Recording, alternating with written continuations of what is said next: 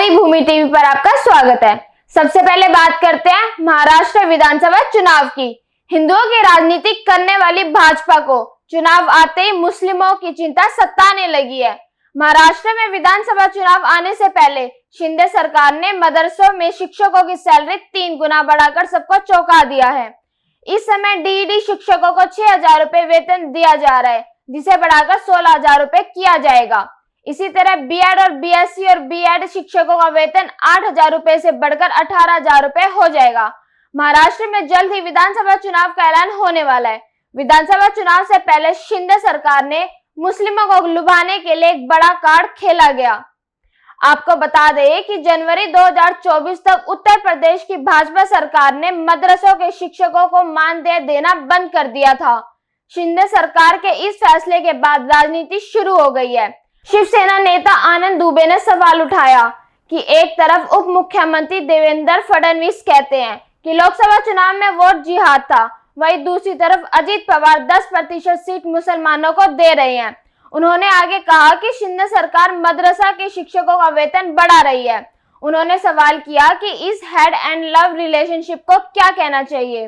अब बात करते हैं बसपा सुप्रीमो मायावती की। हरियाणा में गठबंधन का बुरा हाल देखकर मायावती ने कान पकड़ लिए कि उनकी पार्टी भविष्य में किसी भी पार्टी के साथ गठबंधन नहीं करेगी। हरियाणा विधानसभा चुनाव में मायावती की अगुवाई वाली बीएसपी का अभय चौटाला की आईएनएलडी के साथ गठबंधन था। हरियाणा की 90 सीटों में से 37 सीटों पर बीएसपी ने अपने उम्मीदवार उतारे थे। बड़े सतह पर चुनाव लड़ने के बाद भी केवल आईएनएलडी का खाता खुला और उसके हिस्से में 2 सीट आई। 37 सीटों पर मैदान में होने के बाद भी बसपा के हाथ एक भी सीट नहीं लगी। इससे पहले पंजाब के चुनाव में भी बीएसपी को नुकसान उठाना पड़ा था। मायावती के इस फैसले का असर महाराष्ट्र विधानसभा चुनाव पर पड़ेगा। राज्य में अगले महीने विधानसभा चुनाव है। बसपा सुप्रीमो के इस ऐलान के बाद अब तय हो गया है कि पार्टी महाराष्ट्र में अकेले मैदान में उतरेगी। महाराष्ट्र में ऐसी कई सीटें हैं जहां पर बसपा की पकड़ काफी मजबूत मानी जाती है। अब खबर अमेरिका में बैठे खालिस्तानी आतंकवादी गुरपतवंत सिंह पन्नू की। पन्नू ने एक बार फिर भारत के खिलाफ जहर उगला है। शुक्रवार को पन्नू ने भारत को चुनौती देते हुए एक वीडियो जारी किया। इस वीडियो में उसने देश के कई राज्यों में अलगाववादी आंदोलन को बढ़ावा देने की धमकी दी है। आपको बता दें कि पन्नू प्रतिबंधित संगठन सिक्स फॉर जस्टिस का सरगना है, जिसे भारत ने आतंकी घोषित किया है।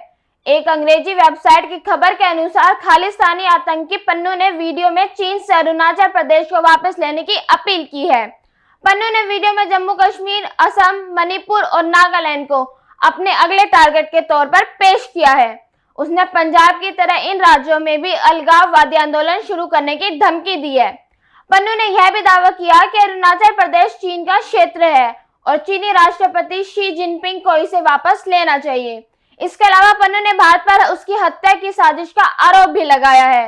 पन्नू ने कहा कि भारत उसे जान से खत्म करना चाहता है। अंत में खबर इजराइल की। इजराइल ने एक बार फिर लेबनान में बड़ा हवाई हमला किया है।